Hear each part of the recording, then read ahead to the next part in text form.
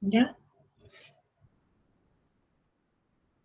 Buenas tardes a todas y todos. Es un gusto compartir esta tardecita lluviosa con todos ustedes en esta actividad que se titula Situación, luchas y desafíos del movimiento sindical, una actividad organizada por la Dirección de Planificación y el Grupo de Trabajo Mundo del Trabajo de la FACSO, valga la redundancia, una actividad que estamos organizando en conmemoración del 1 de mayo, Día Internacional de las Trabajadoras y los Trabajadores, un diálogo entre referentes sindicales y académicos para analizar la situación del sindicalismo. Hoy creemos que es un tema sumamente urgente y pertinente de reflexionar, un tema central, no solo por la importancia del sindicalismo en la dinámica social y política, sino que también porque en el marco de la pandemia que estamos viviendo desde hace un poco más de un año, el desempleo, la precarización laboral,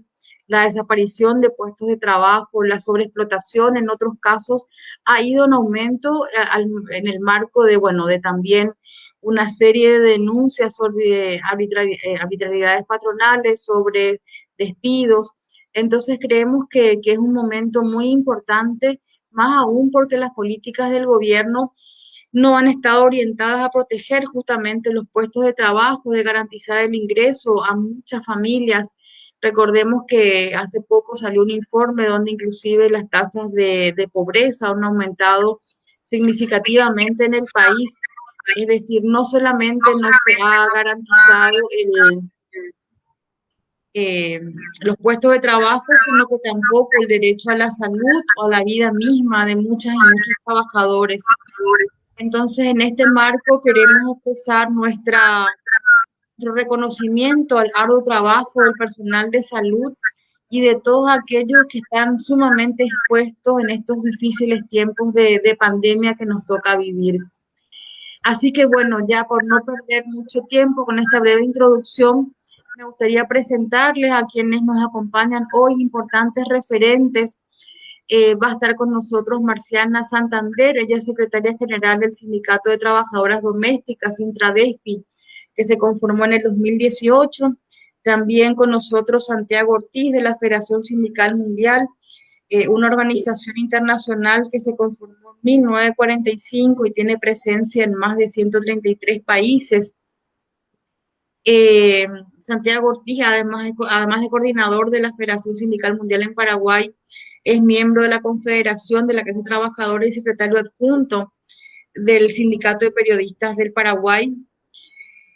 Van a estar también con nosotros dos importantes referentes del grupo del GT, Mundo del Trabajo, que se conformó en la FACSO el año pasado.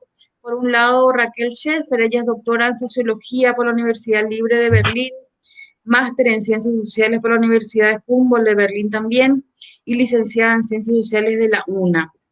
Y con nosotros también Ignacio González, que es sociólogo, docente, investigador, doctor en Ciencias Sociales de la UBA, magíster en Historia, especialista en Ciencias Sociales de Flaxo y licenciado en Sociología por la Católica. Y bueno, nos acompaña hoy, además de todos estos créditos académicos, como coordinador justamente de este grupo de trabajo que organiza la actividad conjuntamente con la Dirección de Planificación.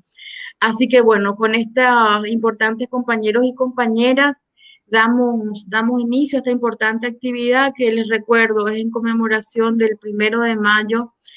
Y este año, bueno, un 1 de mayo bastante más complicado que el de años anteriores por la situación de pandemia.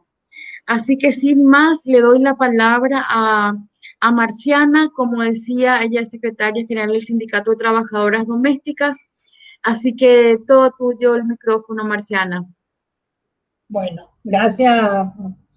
Muy buena noche para todas y todos. Eh, ya dijo, ¿verdad? Que mi nombre es Marciana Santander, soy secretaria general del Sindicato de Trabajadoras del Servicio Doméstico del Paraguay. Nosotras empezamos en 2007, empezamos como asociación y ahí luchamos mucho, estuvimos capacitándonos, porque cuando empezamos nosotras no sabíamos realmente hacia dónde dirigirnos, sin sin saber qué era la organización, vamos a decirle, nosotros empezamos que la mayoría, la que somos trabajadoras domésticas, vinimos del interior, entonces de repente ni siquiera sexto grado terminamos y bueno, trabajamos y no teníamos prácticamente tiempo para poder estudiar y muchas de las compañeras vinieron también para que sea trabajadora doméstica, para que pueda, eh, o sea, como criadita, vamos a decirle, para poder seguir estudiando y se quedó otra vez sin nada. Entonces, eso fue lo que nos impulsó a organizarnos por las cosas que nosotras pasamos en una casa ajena. Entonces empezamos a organizarnos, tuvimos nuestros talleres, reuniones, que con el apoyo del Centro de Documentación de Estudio, ¿verdad? Que nos apoyaron mucho. Gracias a ellos somos lo que somos hoy en día y aprendimos muchísimo a través de capacitación. Entonces, luchamos, empezamos a luchar, tuvimos luchas sí, en el Parlamento, nosotras viajamos en Ginebra, en el tratamiento del convenio 189, que va a ser 10 años también, todo eso. Entonces, éramos Asociación de Empleados del Servicio Doméstico del Paraguay, ADEP. Y bueno, en 2018 decidimos a cambiar para que seamos sindicato, pero con la asociación logramos la ley de empleo doméstico, que es el 5407.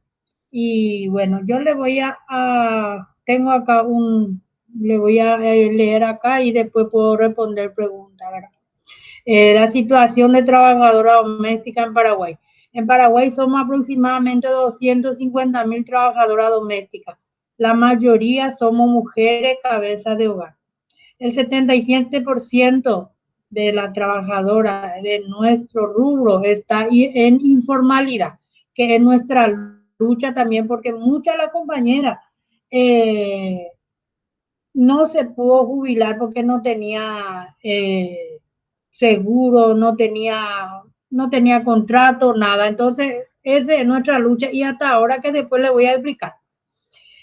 Seguro Social IPS, entonces ellas la compañera no ganan sueldo mínimo, no tienen contrato por escrito, no tienen vacaciones ni horario de salida, no tienen permiso de maternidad. Bueno, que eso logramos en 2015.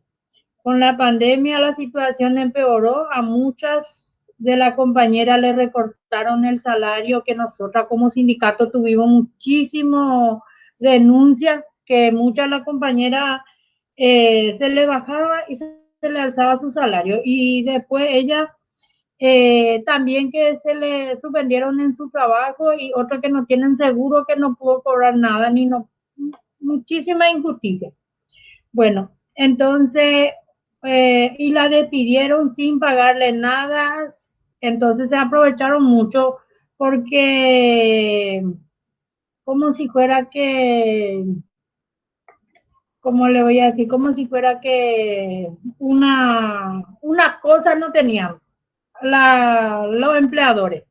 Bueno, entonces en América Latina y el Caribe se estima que entre 11 y 18 millones de personas ejercen el trabajo doméstico y durante la pandemia el 70% de estas personas no fueron afectadas en su empleo, dice acá, según datos de la Organización Internacional de la OIT. Entonces, en Paraguay la situación se agudiza porque vemos un Ministerio del Trabajo debilitado que no tiene capacidad de control, pero tampoco vemos la voluntad política de cabeza y eso es algo que debe cambiar. Eso es para nosotras un clavo que tenemos el Ministerio de Trabajo con esta ministra, porque ella no quiere escucharnos, ella no quiere hacer con nosotras la mesa de trabajo, que antes nosotras teníamos el tripartito que podíamos discutir nuestra necesidad la situación cuando salió la ley en 2015. Nosotras teníamos la mesa tripartito, pero después nosotras luchamos porque el salario no era todavía la que nosotras pedíamos, entonces con el 60% no, eso es lo que queremos. Entonces empezamos a luchar otra vez que se cambió en 2019. Bueno, eh, en Paraguay la discriminación contra la trabajadora doméstica estaba legalizado hasta hace no mucho tiempo. Por ley se autorizaba a la gente a pagar no solamente el 40% del salario mínimo, que, que todos saben, ¿verdad? Entonces los tres sindicatos nosotros nos unimos, que es el Sintradepi, Sintrado-L y Sintradi.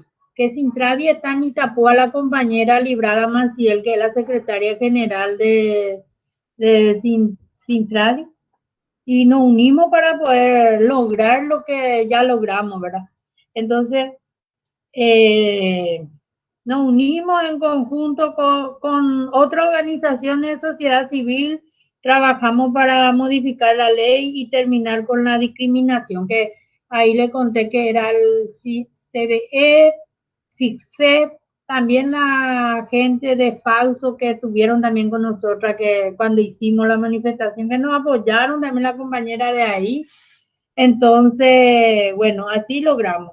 Hicimos de todo barrido y la vereda, que cuando no, íbamos en el Parlamento, nosotras barríamos la vereda la escalera, la vereda del Senado y eso, y así estábamos ahí y hasta que logramos la ley, ¿verdad?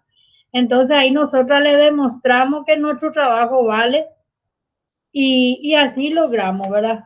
Y que, bueno, también nos íbamos al Congreso, le hablábamos a los congresistas nosotras, a los congresistas, le hablábamos nosotras no íbamos y le encontrábamos, por ejemplo, en el pasillo a un senador y nos decía, bueno, vení tal fecha, porque ahora tengo reunión. Entonces, nosotras, ¿qué hacemos? Esa fecha, nosotras ya estábamos otra vez y a veces nos atiende y a veces no nos atiende. A veces nos dice, no vino, hoy no va a venir, entonces teníamos que irnos otra vez. Y así fue que nosotras logramos, ¿verdad? Entonces, el 30 de marzo de 2014, el Día Internacional de Trabajo Doméstico, convocamos por primera vez una marcha en el microcentro de Asunción. Nosotros hicimos las tres sindicatos juntos, una manifestación desde la Plaza Uruguaya y nos fuimos caminando y nos acompañaron mucha gente civil, mucha trabajadora doméstica, porque era un domingo. Nosotros hacemos domingo a la tardecita, noche, si vamos a hacer, porque como todas saben, la compañera no puede salir antes. Eso es nuestro problema, que nosotras de repente, muchas de la compañera, y antes ella tenía demasiado miedo para salir en la tele, para que se le vea, pero siempre tratamos de guardar su identidad para que no se le despida. Entonces, en 2016, 2 años después de esa primera marcha, ganamos la primera gran batalla.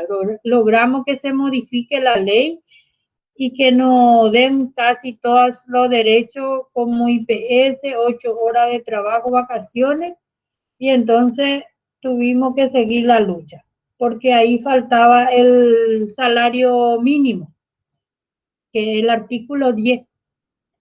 En 2019, finalmente, después de mucha lucha, logramos la igualdad salarial.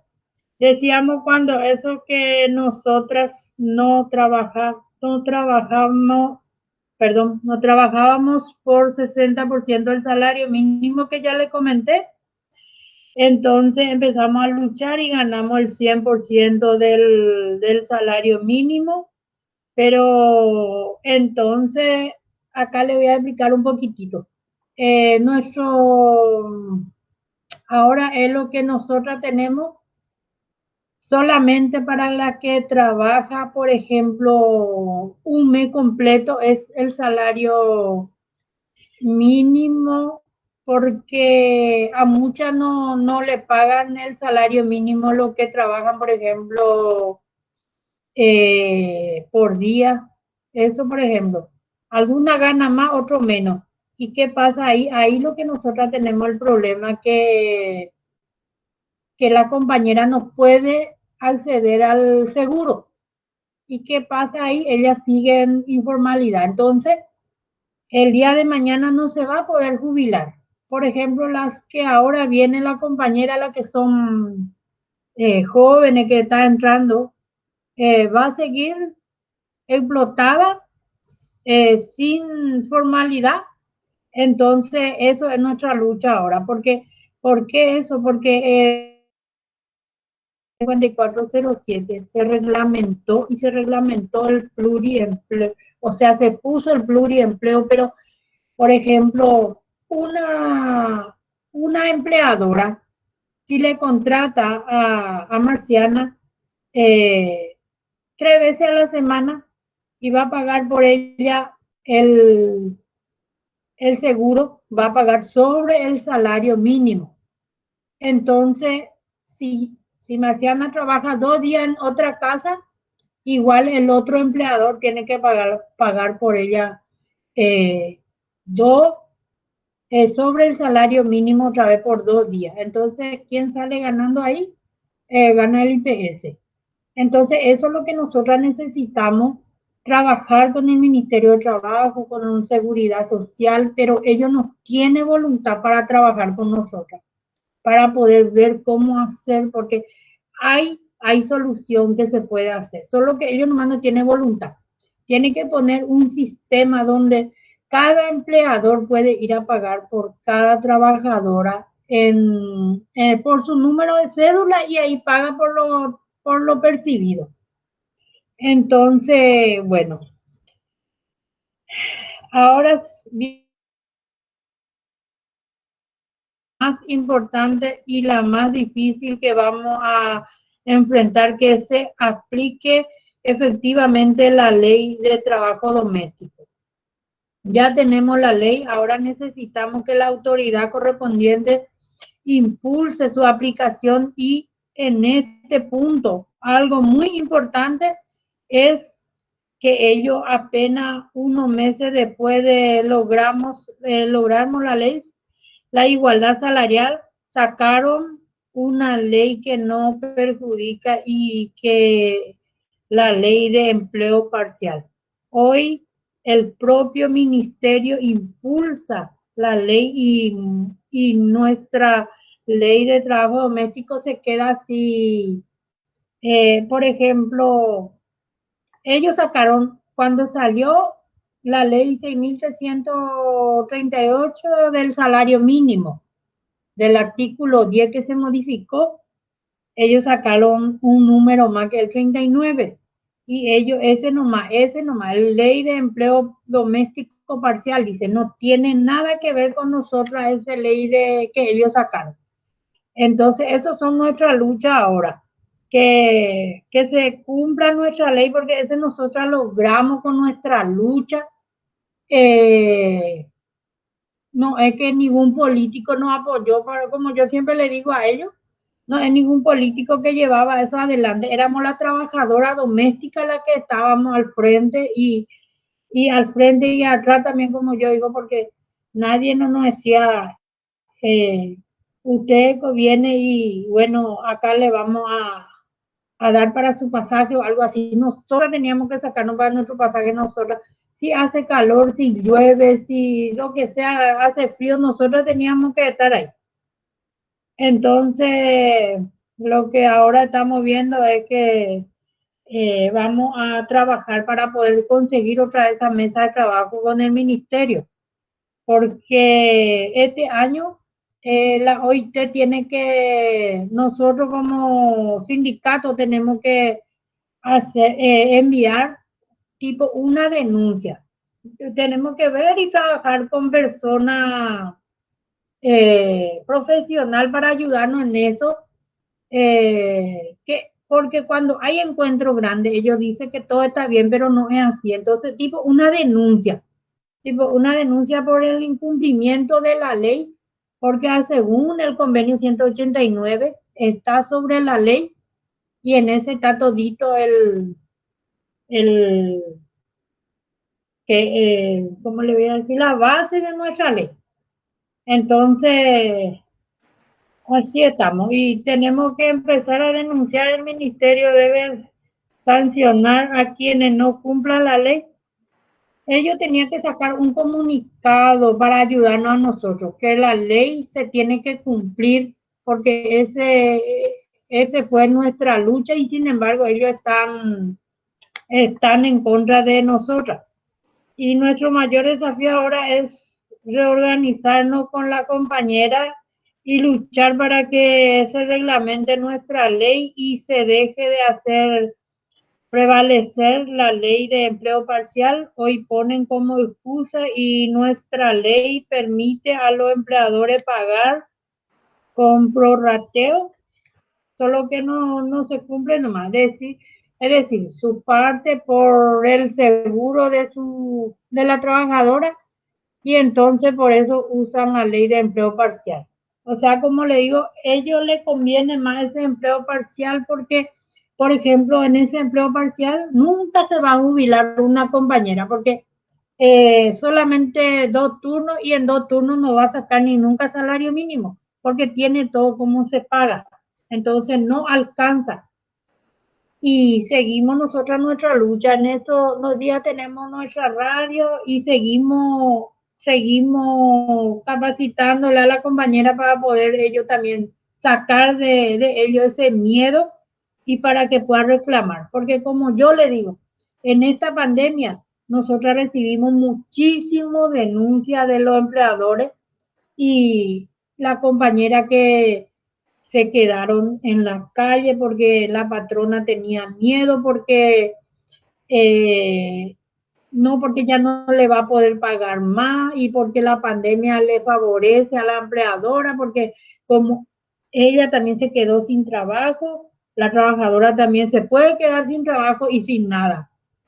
Entonces, nosotras tuvimos, y gracias, nosotras como sindicato estamos afiliadas a la Federación Internacional de Trabajadoras del Hogar, la FIT y la Colatrao, y ellos nos ayudaron para poder nosotras llegar con 50 kilos de kit o más, o otra vez menos, 3 veces tuvimos que entregar nosotras kit a nuestra asociada en esta pandemia. Te queda un minutito, Marciana. Y bueno, y nosotras somos, como le digo, sindicatos, tenemos la comisión directiva, tenemos nuestros síndicos y trabajamos así, decidimos por votación lo que vamos a hacer y seguimos luchando así. Así que no sé si hay alguna pregunta después. Creo que las preguntas van a llegarnos todas juntas al final. Quería agradecerte y realmente creo que es un ejemplo la lucha, las conquistas que tuvieron, que ya consiguieron con esta unidad que habías mencionado, sobre todo en el tema de la ley. Pero vivimos en un país que tiene una particularidad muy importante. Uno tiene que pelear para que se cumpla la ley, digamos, lo que es obligación de las autoridades finalmente son los y las trabajadoras las que tienen que pelear por el simple hecho de que la ley se cumpla. Así que te agradecemos mucho, Marciana, continúa con nosotros y al final vamos a compartir las preguntas que vayan saliendo en el Facebook. Así que bueno, me gustaría invitarle a Santi Ortiz, como habíamos mencionado adelante. Santi es coordinador de la Federación Sindical Mundial del Paraguay y además integrante de la Confederación de la Clase Trabajadora, secretario adjunto del Sindicato de Periodistas del Paraguay.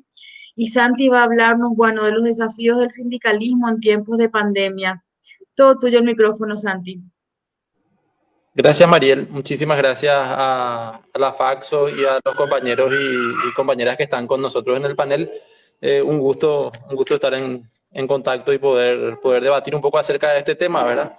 creo que la exposición de Marciana ya pintaba un poco de cuerpo entero la situación general de los trabajadores en el país, ¿no? Los incumplimientos a la legislación, el funcionamiento de un Estado que por lo general, más que por lo general, siempre funciona a servicio de las patronales y, bueno, el desamparo general, digamos, que tienen los trabajadores y los problemas que hemos atravesado durante este periodo de pandemia, ¿verdad?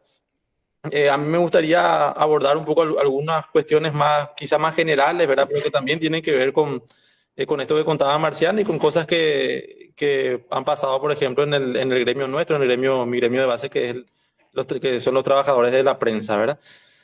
Pero fundamentalmente señalar como primer punto que la pandemia o la situación en la que estamos deja un poco al descubierto el funcionamiento general del sistema, ¿verdad? Hay una carta del secretario general de la Federación Sindical Mundial, compañero Mavricos, del año pasado, a inicios de esta situación, que hablaba que se llama El Rey está desnudo, un artículo donde él describía un poco la situación y que nos habla acerca de cómo queda absolutamente claro el funcionamiento del capitalismo, el rostro más inhumano, que es el rostro verdadero del capital, ¿verdad? Durante este tiempo nosotros pudimos ver primero cómo el sistema no puede sostenerse y cómo el mundo no puede sostenerse sin trabajadores. Es decir, cuando todos fuimos obligados a ir a confinamiento y los trabajadores tuvieron que parar, pues no, el capital estaba ahí, las máquinas estaban ahí, las fábricas estaban, pero al no haber fuerza de trabajo, al no estar el componente del trabajo,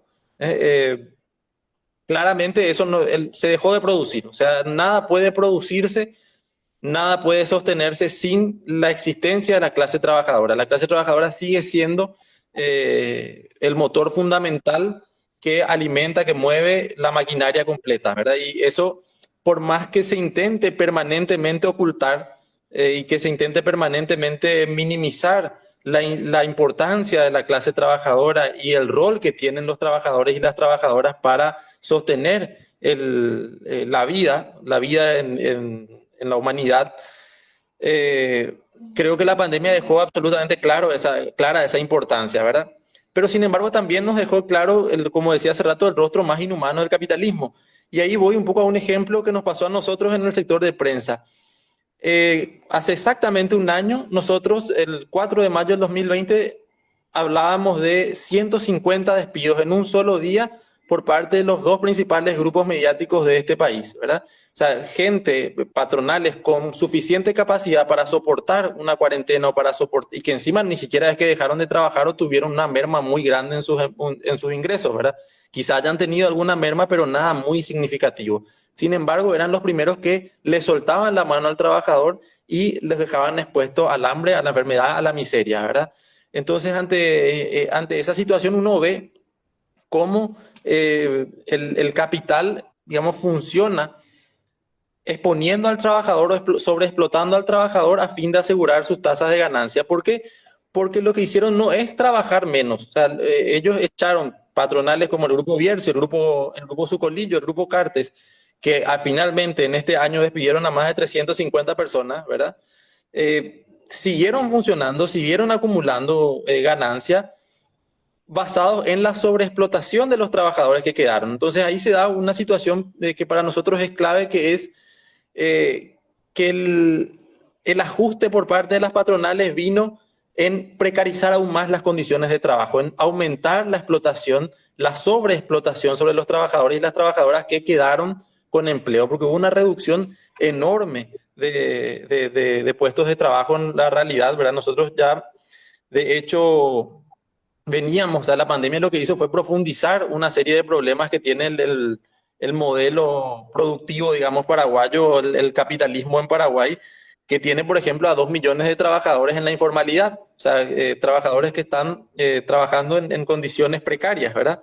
Además de eso, tenemos más de 200.000 trabajadores en desempleo abierto, hay 60.000, esto es la última cifra, que en realidad eran muchos más, ahora la pusieron en 60.000, gente que dejó de buscar trabajo porque ya sabe que no va a encontrar, ¿verdad?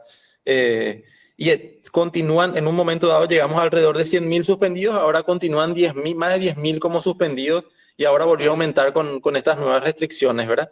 Entonces, toda esa gente que se quedó sin sus ingresos, un 70% de hogares con reducción en sus ingresos, ¿verdad? Por ejemplo, el aumento de la tasa de pobreza, que ya se mencionó también.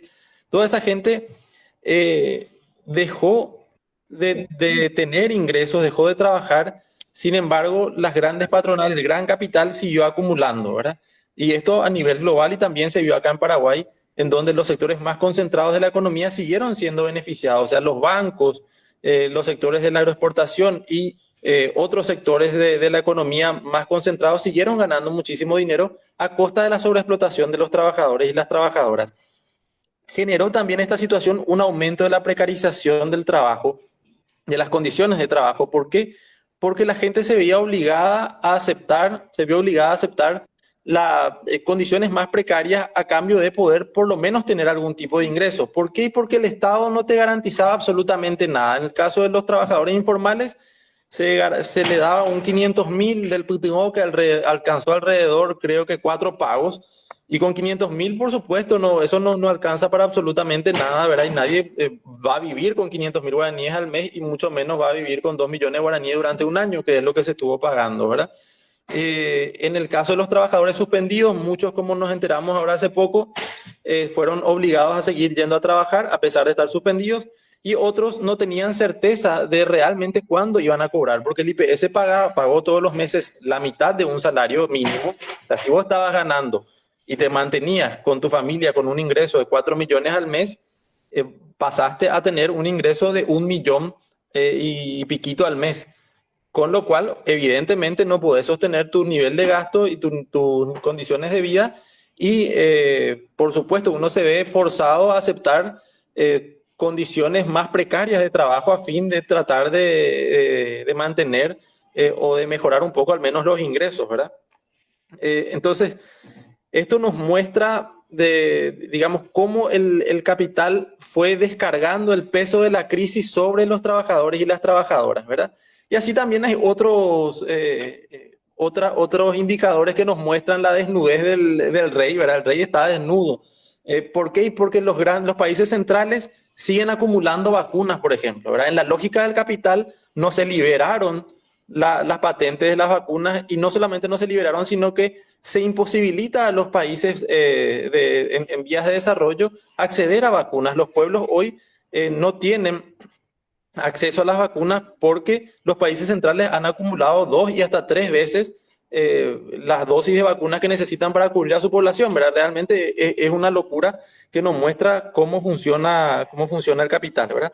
Ante eso, ¿qué es lo que nosotros planteamos aquí a nivel local como Federación Sindical Mundial y conjuntamente con la unidad sindical, que es un intento de unidad de sectores sindicales que estamos llevando adelante hace un poco más de un año y que después podemos conversar más también? Lo que buscábamos, lo que planteamos es la ley de 0 despidos, ¿verdad? Que se sentaba en 3 bases fundamentales. Por un lado, la prohibición de los despidos, que uno dice esa medida no se puede tomar, ¿verdad? En realidad, el trabajo es un derecho garantizado por la Constitución Nacional.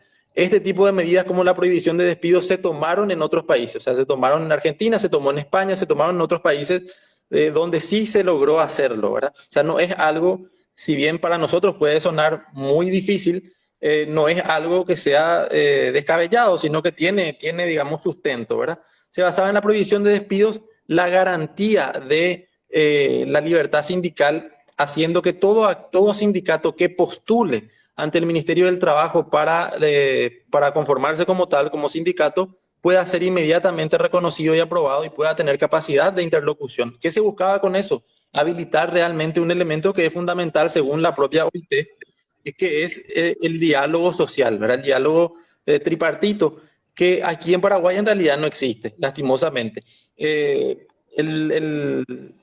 era, digamos, otro elemento fundamental para lograr que a través de ese diálogo tripartito, a través del diálogo social, Paraguay pueda salir incluso fortalecido de esta situación.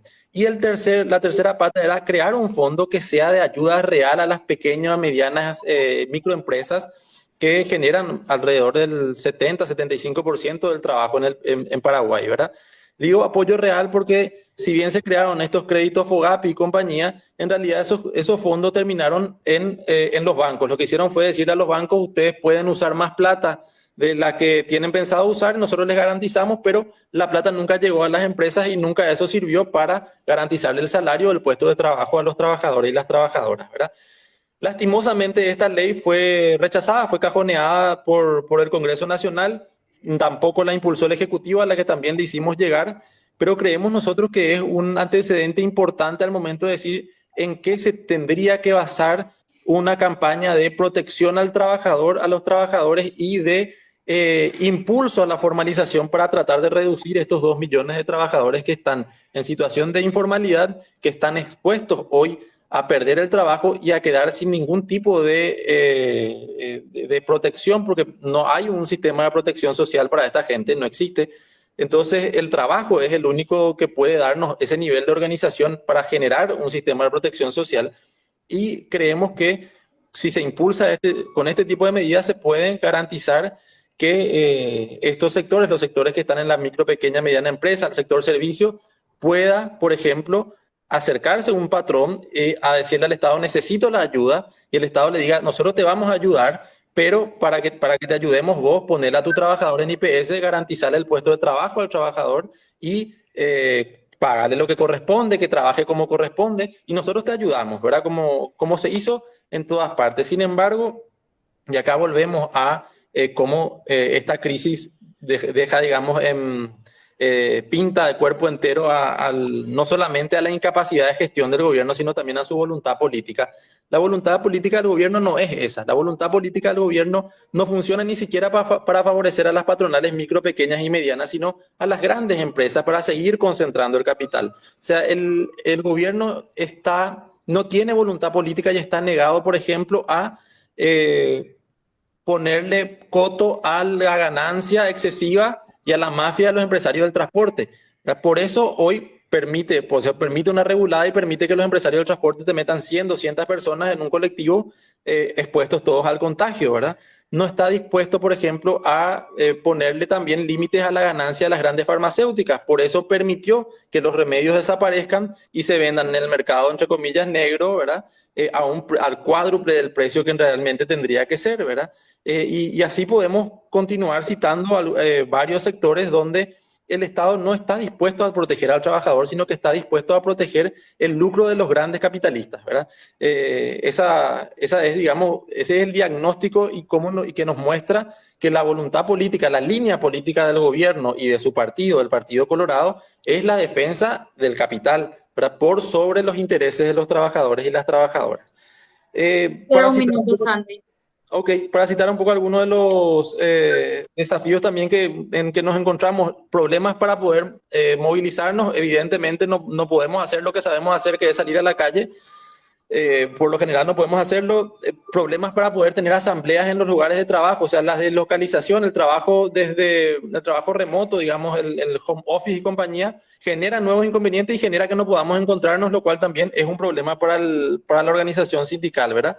El impulso a los trabajos precarios, esto que hablaba Marciana del tiempo parcial, etcétera, y los trabajos por plataforma también generan nuevos problemas, son nuevas formas de precarización laboral y de flexibilización que hacen que el movimiento sindical no tenga todavía hoy una respuesta adecuada para enfrentarse a eso y sobre lo cual tenemos que trabajar. Finalmente, también señalar un poco que aún así hemos tenido un par de triunfos, digamos, en este tiempo. Uno es haber frenado el intento de reforma del Estado que se tiró desde el gobierno y de las élites, que se frenó con una movilización muy grande de trabajadores en junio del año pasado, ¿verdad? De trabajadores y la ciudadanía en general. Y también hemos frenado algunos intentos de reforma a la seguridad social, ¿verdad? Esos son elementos importantes y como desafíos creo que hacia adelante nos queda principalmente el desafío de la unidad, la construcción, la articulación de nuestras fuerzas, tratar de superar la diáspora en la que estamos como movimiento sindical, tratar de superar el sectarismo que está muy metido dentro del movimiento sindical y que nos afecta finalmente a todos y todas.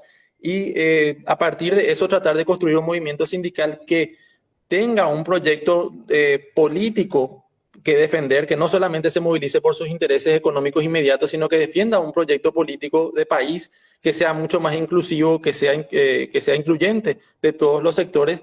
Y ese movimiento sindical se tiene que construir necesariamente de forma amplia. No vamos a poder construirlo solamente quienes creemos que en un sindicalismo revolucionario, no vamos a poder construirlo quienes creemos que somos una vanguardia o quienes nos autoproclamamos vanguardia del movimiento sindical, sino que tenemos que construirlo en la amplitud con compañeros y compañeras que quizás hoy no reivindican un horizonte socialista o un horizonte revolucionario o que creen en otro tipo de organización social, pero que sí están dispuestos a dar la pelea por estas situaciones concretas que estamos teniendo hoy, que es una clase trabajadora expuesta al hambre y la miseria a causa de un gobierno que defiende los intereses del gran capital, ¿verdad? Eso, muchísimas gracias. Muchísimas gracias, Santi. Creo que este panorama general de las diferentes formas en que el peso de la crisis cae sobre trabajadores y trabajadoras fue bastante ejemplificador, digamos, una situación muy compleja que se está viviendo tanto en el país como en otros lugares. Y bueno, creo que también esto de saber que el movimiento sindical no solamente tiene críticas y denuncias, sino que también una propuesta concreta que no fue dada por el gobierno, es un elemento súper importante para tener en cuenta y para el debate. Me gustaría pasarle el micrófono a Raquel Rojas Scheffer. Como les comentaba, ella es doctora en Sociología por la Universidad de Berlín, máster en Ciencias Sociales por la Universidad de Humboldt de Berlín también, licenciada en Ciencias Sociales de la UNA y además integrante del GT Mundo del Trabajo. Así que bueno, tiene muchos trabajos realizados sobre el sindicalismo, Raquel, y va a hablarnos hoy sobre las mujeres en el sindicalismo paraguayo. Adelante, Raquel.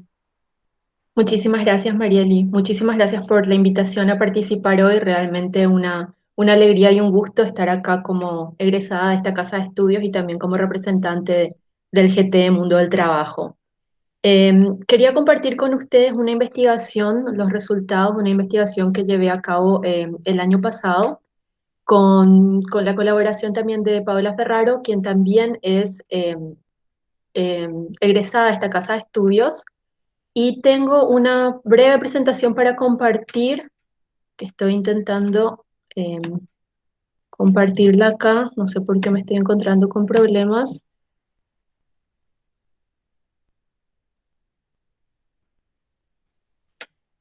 Un segundo, porque está abierta la pestaña, pero no me deja.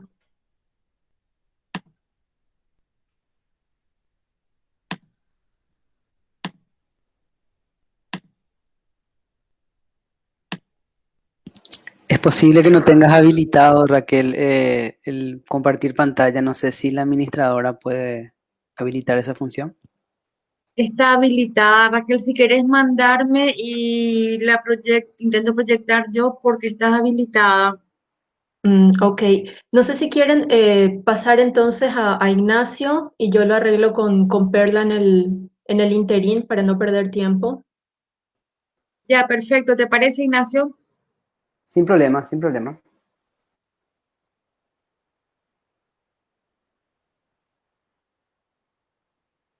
O sea, y arranco yo con Perdón, sí, hicimos el cambio tan rápido. Ignacio, bueno, él es coordinador del grupo de trabajo Mundo del Trabajo, cuesta un poco decir el nombre por... bueno, Ignacio además es coordinador del GT, es docente de la FACSO, él es sociólogo, docente investigador, doctor en Ciencias Sociales por la UBA, magíster en Historia por la Universidad Nacional de Asunción y especialista en Ciencias Sociales por la FLACSO y licenciado en Sociología por la Universidad Católica. Así que bueno, con esta muy breve presentación, ahora sí le damos la palabra a Ignacio directamente. Bueno, yo también voy a compartir pantalla. Ustedes me dirán si tenemos éxito en este caso. Perfecto. Genial. Bueno, yo preparé también una presentación a partir de una investigación que desarrollamos el año pasado. Justamente hicimos una serie de papers con un equipo de trabajo, entre los cuales también estaba Raquel y la compañera Paola que anunció Raquel, tratando de hacer una suerte de diagnóstico de lo que es la situación en el mundo sindical paraguayo, en el campo sindical. Entonces, el paper que yo desarrollé justamente se basó en tratar de encontrar datos que nos permitiesen de alguna forma entender el panorama de las organizaciones sindicales y bueno, en cierta forma da alguna suerte de respaldo a lo que ya la compañera Marciana y el compañero Santiago plantearon, que obviamente son los protagonistas y los articuladores de este campo, o son parte de esta articulación que conforma el campo sindical paraguayo. Entonces, para darle una idea, en términos generales, nosotros partimos una pregunta para este trabajo, que era cuáles son las características del campo sindical en Paraguay hoy, y voy a partir dando una respuesta y argumentando un poco esa respuesta. Lo que pudimos encontrar en términos generales fue que el campo sindical paraguayo presenta bajos niveles de representatividad, así como un alto grado de fragmentación y atomización. Y voy a recorrer por algunos datos que pudimos recabar. Esta investigación sufrió muchas trabas porque datos sobre sindicalización son datos que hoy no están al libre acceso, no solamente para investigadores o investigadoras, sino principalmente para trabajadores y trabajadoras. En cierta forma, el Ministerio del Trabajo parecería una suerte de fortaleza que no da cuenta de la información que hay con relación a la fuerza laboral organizada, y eso dificulta un poco a los actores que se organizan, principalmente trabajadoras y trabajadores, pero también a aquellos y aquellas que tratamos de entender un poco las dinámicas. No obstante, gracias a portal de transparencia en la información pública y una insistencia importante, logramos tener alguna información que nos permite pintar un poco el panorama del campo sindical. Partimos primero de la baja densidad sindical, y eso afecta la representación. Tomando datos de la OIT, que obviamente los cálculos de densidad sindical varían un poco. De hecho, nosotros hicimos un ajuste en la medición, y la medición de la OIT también varía un poco con relación a la medición que hace el Observatorio Laboral del Ministerio del Trabajo. Pero tomando los datos de la OIT, que es la mirada comparada a la que más actualizada que pudimos acceder, vemos que Paraguay está entre los países con menor densidad sindical. Eso quiere decir que entre toda la masa de trabajadores y trabajadoras, solamente un porcentaje muy pequeño está asociado a un sindicato. En este caso podemos ver que en Paraguay esa proporción es del 6,7%, y así Paraguay se sitúa en el quinto lugar más bajo de todo el continente. Tomando un poco datos ya más actualizados y afinadamente analizados de la encuesta permanente de hogares, podemos ver que la tasa de sindicalización en Paraguay tuvo un comportamiento sinuoso y principalmente descendente. Si bien vemos que del 2012 al 2013 hay un aumento en la tasa de sindicalización, después vemos una estrepitosa caída hasta el 2017 y un repunte a partir del 2017 al 2019, pero que mantiene los niveles muy bajos. Muy bajos, lo que hace que haya un debilitamiento importante de la capacidad que tienen los sindicatos de poder llevar adelante sus reivindicaciones, que es crucial, porque no solamente plantean derechos, los logran, como comentaba Marciana y también comentaba Santiago, logran ciertos derechos, pero los sindicatos actúan también como contralores permanentes y defensores de que esos derechos sean efectivamente contemplados en la práctica, ¿verdad? No solamente el cumplimiento de la promulgación de la ley, sino su cumplimiento también es clave, ¿verdad?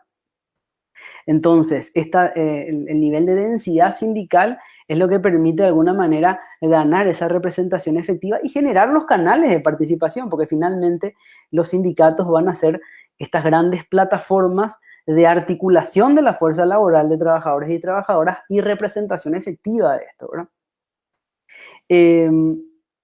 Analizando también estos datos, podemos ver algo que es sumamente llamativo y también es preocupante, que tiene que ver con la tasa de sindicalización por sector. Y ahí podemos ver que la sindicalización en el sector público es muy alta, llegando a picos altísimos, el 28% de los trabajadores y trabajadoras del sector público, pero en contrapartida, la sindicalización en el sector privado es excesivamente baja. Eso genera una dinámica en el campo sindical bastante complicada, porque tenemos una priorización finalmente de las consignas de toda la masa sindical articulada, una priorización de lo que tendría que ver con problemas que hacen al sector público, que por lo general son una porción reducida a toda la fuerza laboral empleada, y una dejada de lado de la porción, digamos, más amplia de la fuerza laboral del país que de alguna u otra manera está vinculada al sector privado. No son solamente mayoría en términos relativos, son también mayoría en términos absolutos los trabajadores del sector público, y lo podemos ver que del total de trabajadores y trabajadoras sindicalizados, que suman 206.000 y pico, 97.000 y algo más pertenecen al sector público y solamente 8.967 personas corresponden al sector privado. Estos son datos, como dije hace rato, de la encuesta permanente de hogares. Obviamente son proyecciones que hace el Instituto Nacional de Estadística. ¿Qué quiere decir esto? Y quiere decir que en nuestro país, de cada 10 personas sindicalizadas, una de ellas está asociada a un sindicato del sector privado. Las otras 9 restantes están asociadas a un sindicato del sector público. Los datos que pudimos recabar también, y parece un dato tan simple, pero es dificilísimo de obtener, es que en Paraguay, hoy en día, al menos en términos de datos oficiales que provee el Ministerio del Trabajo, existen 715 organizaciones sindicales constituidas por empresas o por gremios y reconocidas por el Ministerio del Trabajo. Eso quiere decir que puede haber muchísimos más, pero que están en proceso de reconocimiento o han perdido su personería gremial por algún trámite que el Ministerio del Trabajo exija, ¿verdad? El total de centrales obreras que están registradas en los archivos del Ministerio son 11, de las cuales 7 se encuentran activas y 4 se encuentran inactivas. Y el total de federaciones llega a 8 organizaciones. Estos datos son datos oficiales y hay que ver lo que esconden atrás. Y lo que esconden atrás son trabas importantes y burocráticas para acceder al derecho a la libertad sindical. Este es un dato que salta no obviamente en la información de planillas y el dato burocrático, sino salta en las entrevistas que realizamos en este contexto de la investigación. Si bien en los papeles existen los derechos a la libertad de sindicalización y existen convenios internacionales que refuerzan y respaldan este derecho, podemos ver y bueno, pueden contar, creo yo, de manera extendida los compañeros que nos acompañan hoy, una difícil situación para poder cumplir este derecho. Hace poco estaba hablando con trabajadores y trabajadoras del reparto, que ustedes saben que son fundamentales no solamente en nuestro país, sino en todo el planeta en la situación de pandemia. De hecho, hubo a lo largo de este año de pandemia varias huelgas internacionales de repartidores de plataforma y no de plataforma. En Paraguay, en diciembre, los trabajadores y trabajadoras en moto iniciaron su proceso de constitución de un sindicato en diciembre. Es el día de hoy que todavía no está reconocido ese sindicato. Un sector crucial en pandemia y un sector sumamente vulnerable y expuesto en este proceso, ¿verdad? Para hacer una relación, un juego de promedio, si calculamos estos 106.000 y pico de personas sindicalizadas y los distribuimos por la cantidad de sindicatos, nos da un promedio más o menos de 149 trabajadores por sindicato. Lo que de alguna manera nos prende ahí una luz en el tablero de un elemento a tener en cuenta y que quizás también explique en cierta forma la debilidad del campo sindical en Paraguay. En general, entonces, podemos ver que este sector de 715 sindicatos se distribuye de la siguiente manera. El 54% son del sector privado, el 43% del sector público, aunque el 46% estamos hablando de menos cantidad de sindicatos. Como dijimos hace rato, es mayor el número de trabajadores que estos sindicatos acobijan. Y si vemos el sector privado, estos serían los rubros a los cuales están asociados estos sindicatos.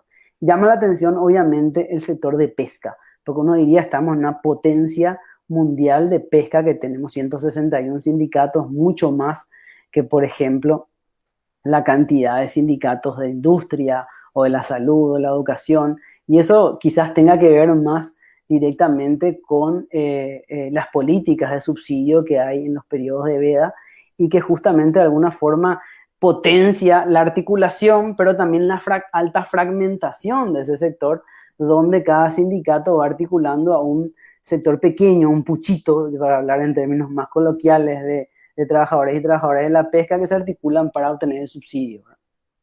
La explicación que podemos ver. Ahí rápido porque se me acaba el tiempo. En el sector público vemos que hay 306 sindicatos. Podríamos distribuirlos en diferentes sectores. En general, de los organismos del Estado centralizado, podemos ver que hay 143, y de los organismos descentralizados 162. Estos sindicatos, 306 sindicatos, de alguna manera corresponden a más de 300.000 trabajadores y trabajadoras del sector público. Obviamente no todos están sindicalizados, según las estadísticas que mostramos son un poco más de un cuarto, pero para tener un poco la idea de esa relación. Y para ir cerrando, algunos datos, recolectamos algunos datos de conflictividad para ver un poco cómo el nivel de organización en cierta manera se correlaciona con los resultados y los efectos de esta dispersión.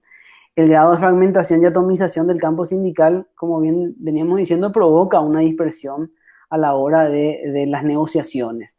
Entonces, si vemos, por ejemplo, las huelgas en los últimos 3 años que pudimos ver, vamos a ver que hay más huelgas del sector público, y vamos a ver también que los resultados de esas huelgas son más favorables a la hora de analizar por sector, teniendo en cuenta que los acuerdos a los cuales se llegan en una huelga son, por lo general, favorables a cuando los trabajadores y trabajadoras logran imponer un espacio, una mesa de diálogo y acuerdo.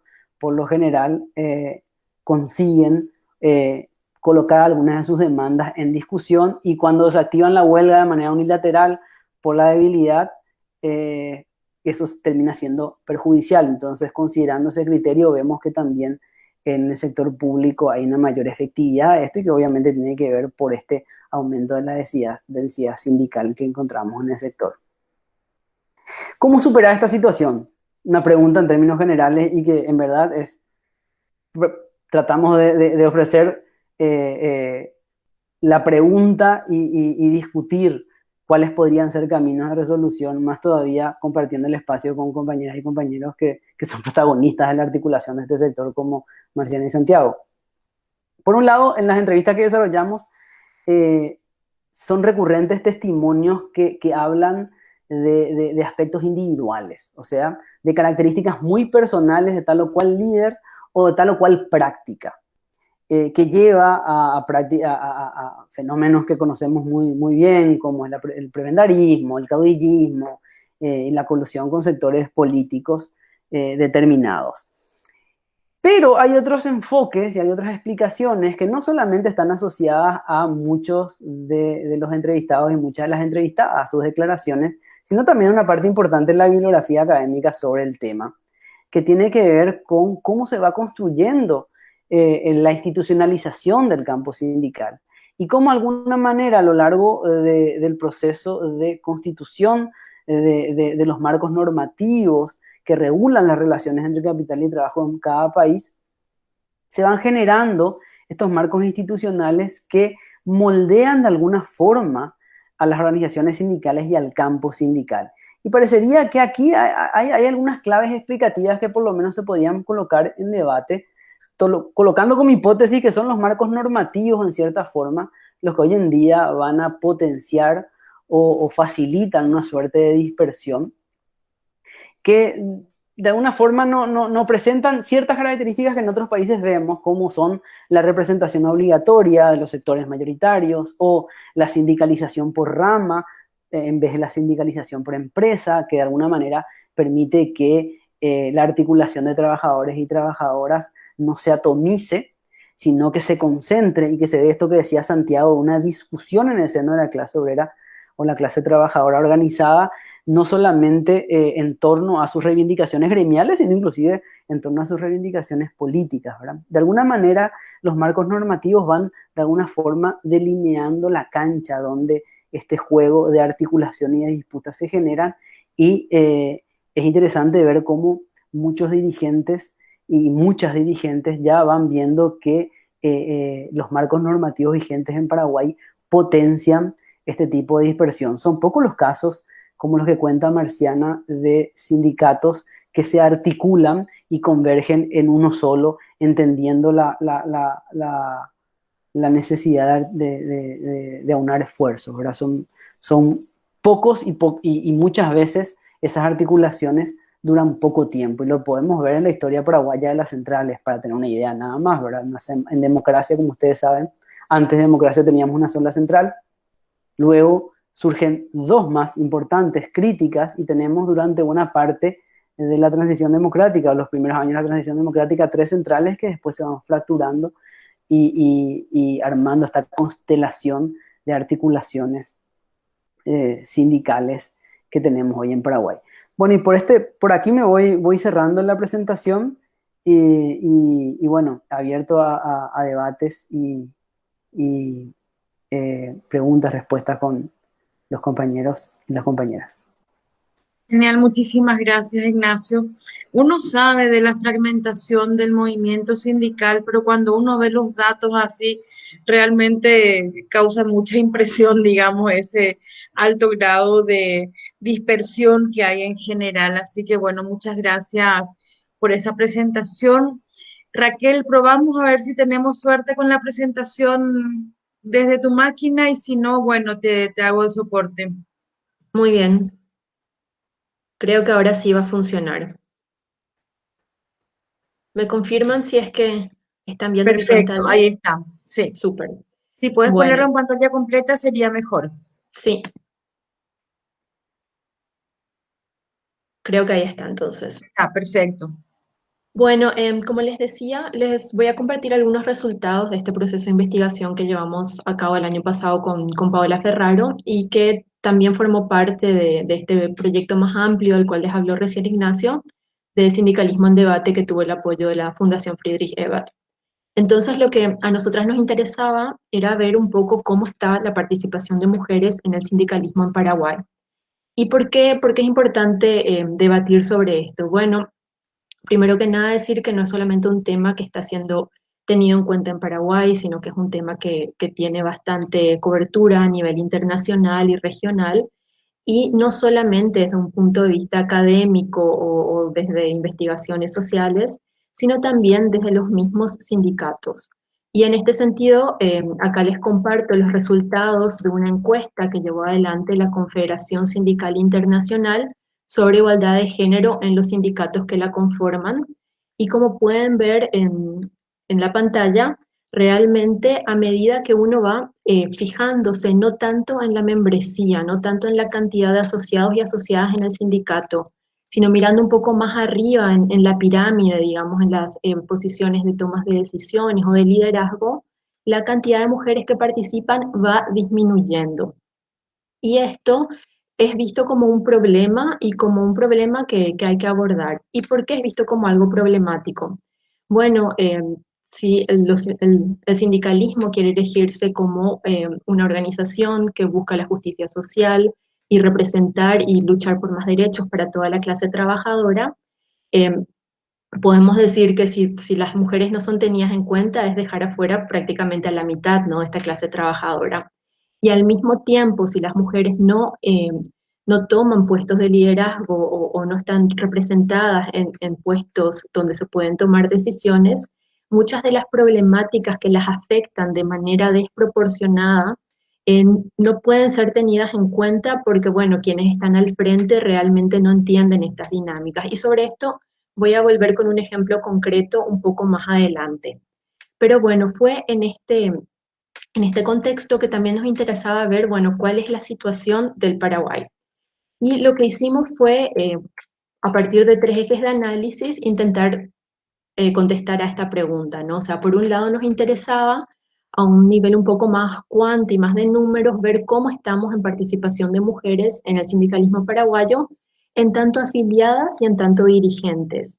Pero no solamente nos interesaban los números, también nos interesaba ver, bueno, qué opina la dirigencia sindical al respecto. ¿Es este un tema al cual se discute? ¿Se ve esto también como un problema? ¿Hay estrategias que están siendo implementadas? Y principalmente nos interesaba conocer la experiencia de las propias mujeres sindicalizadas y ver, bueno, qué opinaban ellas, por qué de repente es más difícil para ellas acceder a estos puestos y cuáles son las barreras que identifican cuando intentan hacerlo. Y los datos que usamos fueron, bueno, por un lado, los datos del Ministerio del Trabajo, de la Secretaría de la Función Pública, por supuesto, datos estadísticos y principalmente entrevistas con representantes sindicales, tanto dirigentes de las centrales sindicales nacionales, como también las mujeres sindicalizadas de distintos sectores, trayectorias y cargos. Y bueno, ¿qué encontramos? Primero, en un sentido más numérico, más cuanti, pueden ver acá este gráfico que de alguna manera es muy similar al que les mostré anteriormente de lo que ocurre a nivel internacional. Es decir, vemos también en Paraguay que a medida que nos alejamos de solamente mirar la membresía, cuántos afiliados y afiliadas hay, a medida que vemos los puestos de toma de decisiones y los puestos de liderazgo, la cantidad de mujeres que están representadas allí va disminuyendo. Y acá también llama la atención ver esto, que en Paraguay más de la mitad de los miembros afiliados a sindicatos son en realidad mujeres.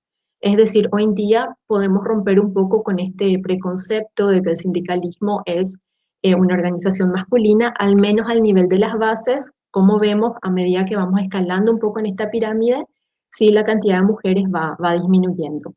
Y bueno, y en base a este panorama, también nos interesaba saber, como les había dicho, qué opina la dirigencia sindical y si esto es algo de lo que se discute y algo, bueno, que están viendo qué medidas adoptar. Y si bien hay casos donde sí, donde hay una agenda que se está llevando adelante y realmente es algo que se habla y se está intentando superar, también nos encontramos con una opinión bastante compartida en términos generales, inclusive por las bases o lo que es opinión general, de que no sabemos cuál es el problema, nos decían, porque acá discriminación no hay, porque las compañeras tienen igualdad de condiciones de participar que cualquier otro sindicalista. Y acá me parece importante ser clara que no estamos hablando de barreras eh, a un nivel legal, o sea, no estamos diciendo que no se le permite a las mujeres acceder, pero existen otras barreras que por más que no sean tan tangibles o tan visibles como una traba legal, tienen unos efectos que obviamente terminan dificultando la participación de las mujeres. Y para eso era importante hablar con las propias trabajadoras para que ellas nos cuenten sus experiencias y nos cuenten cuáles fueron las principales barreras con las cuales se habían encontrado en su trayectoria sindical.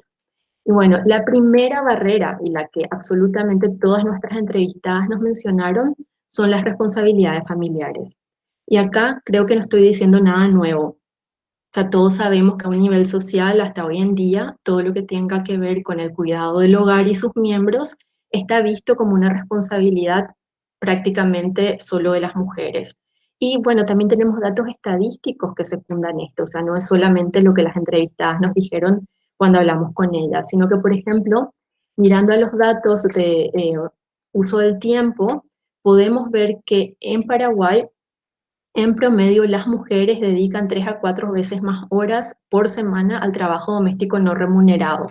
Y por supuesto que esto va a tener un efecto en la cantidad de tiempo que luego las mujeres pueden dedicar a otras actividades asociativas, ya sea a nivel sindical, social, político, etc. Entonces, por eso no es una gran sorpresa que esta sea la principal barrera que nos habían mencionado las entrevistadas. Pero también nos mencionaron otras. La primera de ellas la identificaron como discriminación, diciendo que bueno, que hay como una cultura que no le ve a la mujer como a una persona con capacidad de liderazgo, pero por otro lado también existe una falta de confianza de las mujeres en sus propias capacidades de desempeñarse como líderes. Y acá lo que también encontramos es que si bien, bueno, podemos listar estas barreras de manera separada, en realidad todas están estrechamente interrelacionadas. ¿Y en qué sentido? Bueno, por ejemplo, entre responsabilidades familiares y discriminación, queda claro que si es que no hay un reconocimiento que las mujeres tienen esta carga encima y que esto de alguna manera dificulta su participación en el quehacer sindical, por supuesto que ellas van a tener más problemas en participar y algunas veces van a tener que cancelar reuniones a última hora o no van a poder asistir. Y lo que nos decían las entrevistadas que termina pasando es que se termina reproduciendo esta imagen de la mujer es complicada, ella no puede luego participar. Y esto va dando pie a una práctica discriminativa que ya no las tiene en cuenta como opciones para liderar. Al mismo tiempo pasa algo similar con lo de la falta de confianza, porque si ellas no tienen tiempo para participar en cursos de formación o mismo en reuniones donde uno va a ir aprendiendo cómo es esto del liderazgo en el sindicalismo, claro que esto va a repercutir en la propia confianza que ellas tienen a sus capacidades y de la misma manera entre la falta de confianza y discriminación, si se están desempeñando en un ambiente donde en general el discurso es que la mujer no sabe desempeñarse en puestos de liderazgo, esto también va a tener un efecto negativo en la confianza que ellas mismas tienen en sus capacidades. Es más, lo que terminamos viendo es que muchas veces se genera, digamos, este ciclo de exclusión. ¿Y en qué sentido? Bueno, como vimos, hay pocas mujeres en espacios de tomas de decisión en el sindicalismo. Y esto de alguna manera lleva a que exista una dificultad en el sindicalismo para reconocer las necesidades de las trabajadoras. Por ejemplo, si quienes están a la cabeza en general son hombres, es muy probable que no sean lo primero que piensen, bueno, tenemos que habilitar espacios de guarderías para poder dejar a nuestros hijos e hijas allí cuando vamos a asistir a reuniones. O, por ejemplo, bueno, tal vez tenemos que intentar hacer las reuniones en un horario donde no haya una gran coalición con nuestras responsabilidades familiares, porque esto no suele ser en líneas generales lo que los hombres tienen en la cabeza, al menos no en igualdad de condiciones que las mujeres. Y al mismo tiempo, esta dificultad de reconocer necesidades de las trabajadoras va reproduciendo una estructura que no es amigable con las mujeres y que las va alejando del sindicalismo porque no se adapta a sus necesidades y de vuelta esto lleva a que haya pocas mujeres en espacios de tomas de decisión. Reconocer esto ya es un buen paso adelante y es algo que muchas de las organizaciones están haciendo, porque esto nos da la pauta de que en realidad es un problema de estructura y de sistema. O sea, no es solamente pensar, bueno, parece que a las mujeres no les interesa participar, sino que esto nos da la pauta de que hay toda una estructura que de alguna manera no les está facilitando el acceso a las mujeres. Y si queremos romper con este ciclo, también tenemos que pensar en acciones que vengan a un nivel organizacional e institucional. O sea, no podemos dejar todo el peso otra vez sobre el hombro de las propias mujeres, que son las que están sufriendo este ciclo de exclusión, y que sea responsabilidad de ellas romper con esto y luchar por su espacio. Por supuesto que esto ayuda, pero así también la propia organización sería bueno que pueda ver este problema y reconocer que puede jugar un rol para romper con este ciclo. Y de hecho hay acciones que se están emprendiendo a nivel nacional. La primera de ellas tiene que ver con justamente lo que la compañera Marciana estaba diciendo y es la sindicalización de sectores altamente feminizados. O sea, contar con más acceso o dar más acceso a ocupaciones que son altamente feminizadas, como por ejemplo el trabajo doméstico remunerado, es un paso hacia adelante porque esto de alguna manera también obliga a la estructura sindical a reconocer estos otros sujetos que por mucho tiempo estuvieron marginalizados. Y este ya es un gran paso hacia adelante y por supuesto hay que trabajar una relación de ida y vuelta, ¿no? También la creación de secretarías de la mujer han sido pasos adelante muy importantes, no solamente para aumentar la presencia de ellas en el sindicalismo, sino también porque pueden erigirse como un espacio para abordar problemáticas que afectan a las mujeres de forma desproporcionada. Y acá quiero dar un ejemplo a qué me refiero. Por ejemplo, cuando miramos los datos de tasa de ocupación laboral en los últimos años, vemos que siempre la tasa de ocupación laboral de las mujeres es marcadamente menor a la de los hombres. Y acá estamos hablando de 20 a 30 puntos porcentuales de diferencia. Entonces esto nos da la pauta de que realmente hay algo que está dificultando la inserción de las mujeres al mercado laboral y que es algo que debería ser también abordado y discutido a este nivel Y de una manera similar es lo que ocurre con la tasa de desempleo. O sea, como vemos también acá, la tasa de desempleo de mujeres es mucho más elevada. Y acá es algo interesante de ver. Si se fijan en los rangos de edad, también queda claro que las personas jóvenes están mucho más afectadas por el desempleo al compararlo con la tasa a nivel nacional. Ahora bien, si nos fijamos en las mujeres dentro de este rango de 15 a 29 años de edad, el panorama es todavía peor, ¿no? Estamos casi frente a un 15% de tasa de desempleo de mujeres jóvenes. Entonces, a esto es a lo que me refiero con que las mismas problemáticas laborales afectan de manera distinta a hombres y a mujeres y de alguna manera requieren un reconocimiento y un abordaje que reconozca estas diferencias. Otras acciones que se han emprendido a nivel nacional son los cursos de formación, tanto para mujeres como mixtos, sobre igualdad de género o no, aunque acá también surgieron algunas críticas de parte de nuestras entrevistadas de que muchas veces los temas de igualdad de género no llegan realmente a las bases. Eh, otro, Otra herramienta muy útil es las cuotas de participación según sexo, y esto es algo que se ha visto, por ejemplo, en casos como el de la CUT de Brasil. En Paraguay todavía está siendo un poco difícil, si bien nuestras entrevistadas y nuestros entrevistados nos refirieron la intención de reservar alrededor de un 30% de, de las plazas para mujeres, esto no figura todavía en los estatutos. Y mientras que no esté por escrito, queda siempre un poco a voluntad política de quien esté al frente, ver si es que se va a adoptar o no. Y bueno, y ahí volvemos al problema que decíamos, si quienes están adelante son hombres, muchas veces no verán esto como una gran prioridad. Y otra herramienta muy interesante es la habilitación de espacios de guardería, pero acá también creo que es importante mencionar esto, que esta en realidad es una herramienta que puede ayudar en el corto plazo, pero que de alguna manera no está poniendo sobre la mesa el debate de la necesidad de redistribuir las tareas de cuidado a un nivel más amplio, que mientras que las tareas del cuidado sean siempre interpretadas como una responsabilidad netamente femenina, no estamos de alguna manera atacando a la raíz del problema de lo que vimos desde un principio, que es esta sobrecarga de responsabilidades, lo que no permite la participación de mujeres de vuelta, ya sea a nivel de activismo sindical, social o político. Y también nos pareció interesante acá, ya creo que no va a dar el tiempo de profundizar en esto, pero cómo este último punto y el tema de los cuidados realmente abre la posibilidad de un diálogo con el movimiento feminista. Y de hecho vimos que hubo algunos avances al respecto, principalmente en la marcha del 8M del año pasado, de 2020, cuando hubo una importante agrupación o una columna de mujeres sindicalizadas que participaron de esta marcha. Hubo algunos avances, algunos diálogos, de alguna manera también la irrupción de la pandemia truncó un poco este proceso, pero no es solo eso. También hay que decir que todavía hay una cierta resistencia de un sindicalismo más tradicional, algunas reivindicaciones clásicas del feminismo que tienen que ver, por ejemplo, con el tema del aborto legal o del matrimonio igualitario, distintas expresiones de la sexualidad, etc. Y de alguna manera hay ciertas partes del sindicalismo que se olvidan de que también la marcha del 8M es solamente un ejemplo, pero en el movimiento feminista en general, el tema del trabajo ha sido fundamental, como se puede ver en los distintos eslóganes de las marchas del 8M que se llevaron adelante en el país.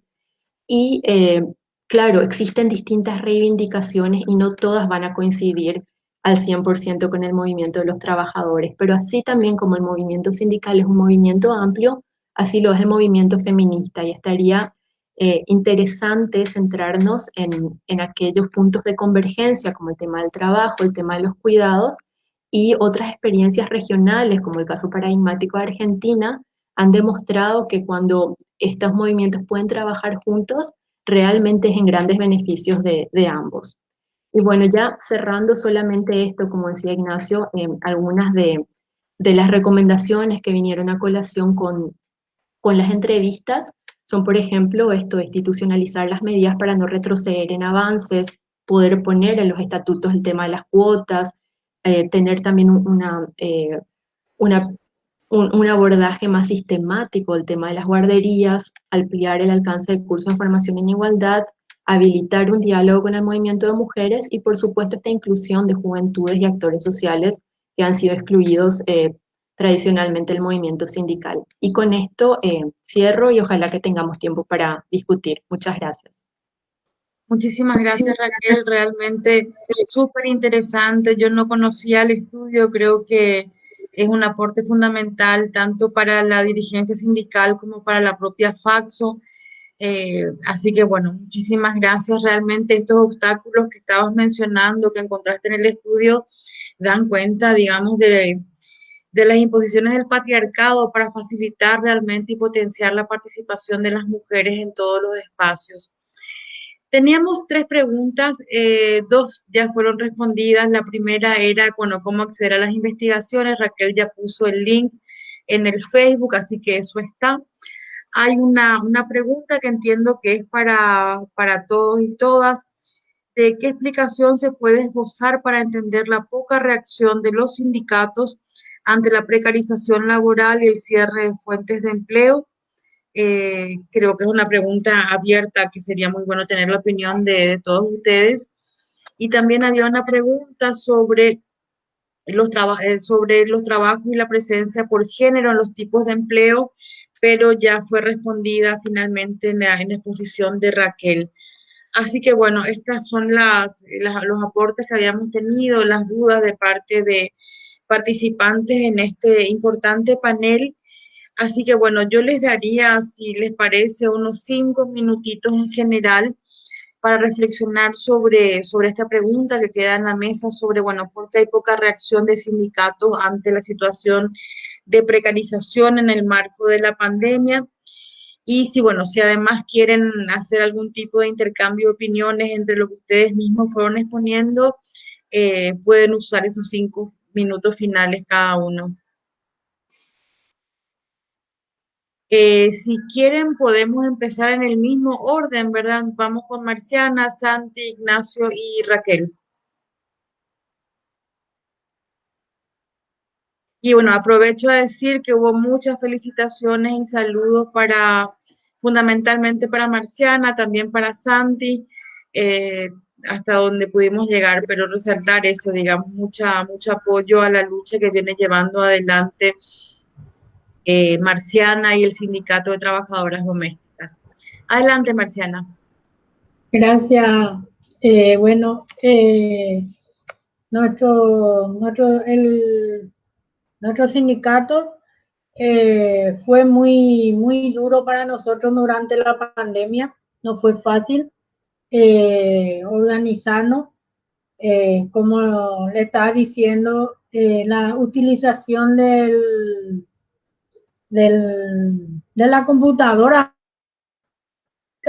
eh, nos forzó un poco también a nosotras.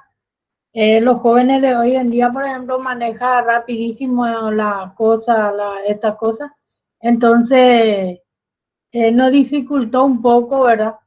Pero bueno, llevamos como podemos y seguimos así, vamos a seguir luchando para poder aprender cada día más.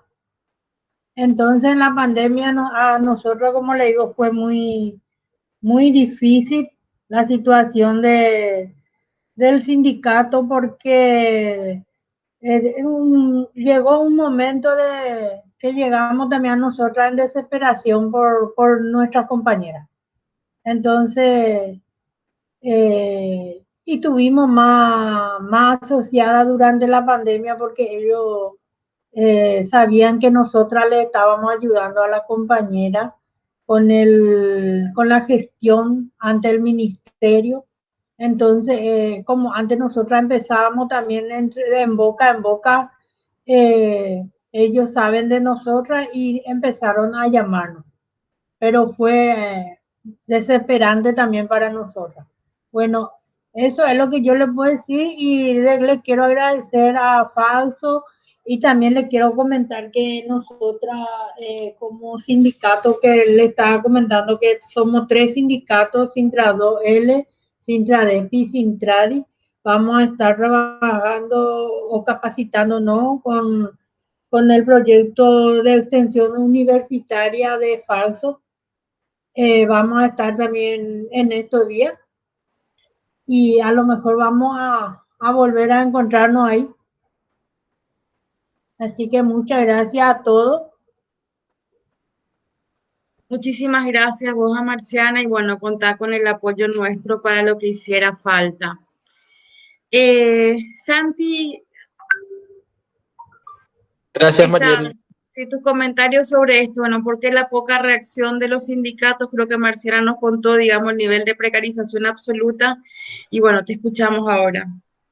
Sí, me parece que pasa mucho también por eso, ¿verdad? Y pasa en gran parte o mucho de lo que falta avanzar en el movimiento sindical también se explica por el altísimo nivel de persecución que existe no solamente por parte de las patronales, sino también del propio Ministerio de Trabajo, que es algo que me parece que queda muy claro con lo que exponía Ignacio, ¿verdad? O sea, los altísimos niveles de persecución sindical y la proscripción en la práctica de la libertad sindical y el derecho a huelga son elementos que son fundamentales y que son una realidad en Paraguay, ¿verdad? Por otra parte, también, por supuesto, de señalar que estas cuestiones que estábamos viendo también allí que lo que exponían tanto Raquel como Ignacio son hechos muy reales, ¿verdad? Son problemas que el movimiento sindical tiene que enfrentar y que tenemos que superar, ¿verdad? A través del trabajo permanente, constante con los diferentes sectores. Sí, también destacar que me parece que este periodo de pandemia dejó en claro que la organización es muy importante, ¿verdad? Y en el caso de los trabajadores, la organización sindical es fundamental. Entonces, es instar a avanzar en la organización y decir que, bueno, sí, faltan muchas cosas por hacer. Con esto que decíamos también, se están haciendo muchas cosas, ¿verdad? Entender también que esto es un proceso, que la necesaria renovación, la necesaria unidad del movimiento sindical va a llevar su tiempo, va a llevar sus inconvenientes. Nosotros estamos en una experiencia que es la unidad sindical, donde estamos intentando fusionar, digamos, dos centrales que si bien no son mayoritarias, son importantes, la Confederación de la Clase Trabajadora y la Central Nacional de Trabajadores Legítima, de fusionarlas en una sola organización. Creemos que va a ser una experiencia importante, más que nada por que rompe, digamos, con el sentido contrario, ¿verdad? De ir dividiéndonos cada vez más, tratar de unirnos. Va a ser un mensaje que creemos importante. Entonces, esperamos avanzar en eso, ¿verdad? Y también entender que el proceso histórico mismo nos muestra que las subidas y bajadas del movimiento sindical llevan su tiempo. Desde el 54 al 58 prácticamente se exterminó el movimiento sindical en Paraguay. De ahí llevó hasta casi finales de la dictadura a volver a tener un movimiento sindical consolidado. Y después del 96-97 bueno, nos está llevando también un tiempo tratar de construir de vuelta un movimiento sindical que pueda estar a la altura de las necesidades de la clase trabajadora, ¿verdad? Pero se están haciendo los esfuerzos y creo que el camino de la renovación del trabajo con los jóvenes, el trabajo con las mujeres que estaban mencionando recién también Raquel, va a ser muy importante de aquí en adelante para tratar de construir ese movimiento sindical, que no solamente se movilice por sus reivindicaciones inmediatas, sino que, como decíamos hace rato, tenga un proyecto de país, que defienda un proyecto de país que sea a la clase trabajadora. Muchísimas gracias, Santi. Ignacio. Sí, bueno, la verdad que la pregunta que hicieron creo que invita a no solamente una larga reflexión, sino inclusive generar exploraciones, investigaciones. Pero creo yo que lo que estuvimos hablando aquí, más las informaciones que pudimos recabar en las investigaciones y los testimonios de Santiago y de Marciana, también nos arrojan algunas pistas del porqué. Yo creo que un movimiento sindical atomizado, fragmentado, en una posición de defensiva ante un avance, no solamente de la patronal, sino también de las mismas instituciones que tendrían que velar por el equilibrio, y no solamente velar por el equilibrio, sino de alguna manera proteger al lado más débil de esta relación entre capital y trabajo, que es siempre el trabajo. Toda esta situación va generando un contexto en el cual los sindicatos que quedan luchando se repliegan, se particularizan, se generan una posición de cierre y de defensa de su entorno inmediato y tratan de no perder derechos, que es lo que pasaría en cualquier situación de ataque, ¿verdad? Si fuese una guerra, esto sería de la misma manera. Si fuese una negociación de cualquier estilo, una negociación comercial, pasaría lo mismo ante una correlación de fuerzas sumamente dispares. Entonces, la urgencia va ganando al pensamiento estratégico. Es allí donde vuelvo a colocar el tema del debate sobre los marcos normativos y las reglas del juego del campo institucional, ¿verdad? Si hay reglas de juego donde de alguna manera los trabajadores y trabajadoras se ven cubiertos y se ven articulados de una manera masiva y no atomizados. De hecho, hay estudios que hablan de las estrategias de mercado laboral como forma para desmovilizar a trabajadores y trabajadoras, que en vez de haya, por ejemplo, un sindicato, una rama sindical de trabajadores del transporte, se desarrollen sindicatos por empresa con un número muy pequeño de trabajadores y trabajadoras para poder generar el sindicato. Por tanto, en una misma empresa hay varios sindicatos. Por lo general, uno es un sindicato más pro patronal que otro y van negociándose en pequeñas porciones en vez de articular una fuerza, digamos, mucho más amplia. Esos para mí son elementos claves, pero lo más importante también es que esta situación, como bien planteaban Marciana y Santiago, principalmente Santiago comentaba lo que era el problema que fue la pandemia. O sea, esta pandemia dejó al descubierto un montón de falencias de nuestras políticas o de nuestras carencias en políticas de protección social, la urgencia de un seguro de desempleo, lo vulnerable que quedaban trabajadores y trabajadoras a merced de la patronal y de las migajas que caían de políticas de contención que permitían salvar un poco la situación, pero a cuentagotas, ¿verdad? Este tema de las suspensiones, los pagos de IPS o las transferencias que hubo de manera así muy puntual, demuestran la necesidad de tener un seguro de desempleo en Paraguay, de tener instituciones que obliguen al sector patronal a garantizar las coberturas que tienen que tener, como decía Marciana también, en términos de leyes que son vulnerados, derechos que tienen que ser garantizados, y donde el trabajador y la trabajadora generalmente quedan en el lado más débil, aceptando cualquier tipo de condición que sea que sea lo último antes del despido, ¿verdad? Y así tenemos situaciones en teletrabajo. En el caso de teletrabajo hay un montón de testimonios en los que yo puedo hacer donde trabajadores y trabajadoras asumieron más responsabilidades, como decía Santiago, y no solamente eso, sino que terminaron siendo víctimas de dinámicas externalizadoras de costos. ¿Qué quiere decir esto? Quiere decir que la patronal ya no cubría lo básico que cubría en la empresa, como por ejemplo comunicación, por ejemplo computadora, por ejemplo insumos, que quedaban ya a costa del trabajador y trabajadora que iba a su casa y que tenía que poner sus equipos, sus insumos. Eso se dan muchos rubros que tienen que ver con el trabajo de oficina, servicios. Por tanto, yo creo que esa falta de reacción tiene mucho que ver con esta sensación de inseguridad, ¿verdad? Pero bueno, lo coloco solamente como un debate, como puntos para el debate.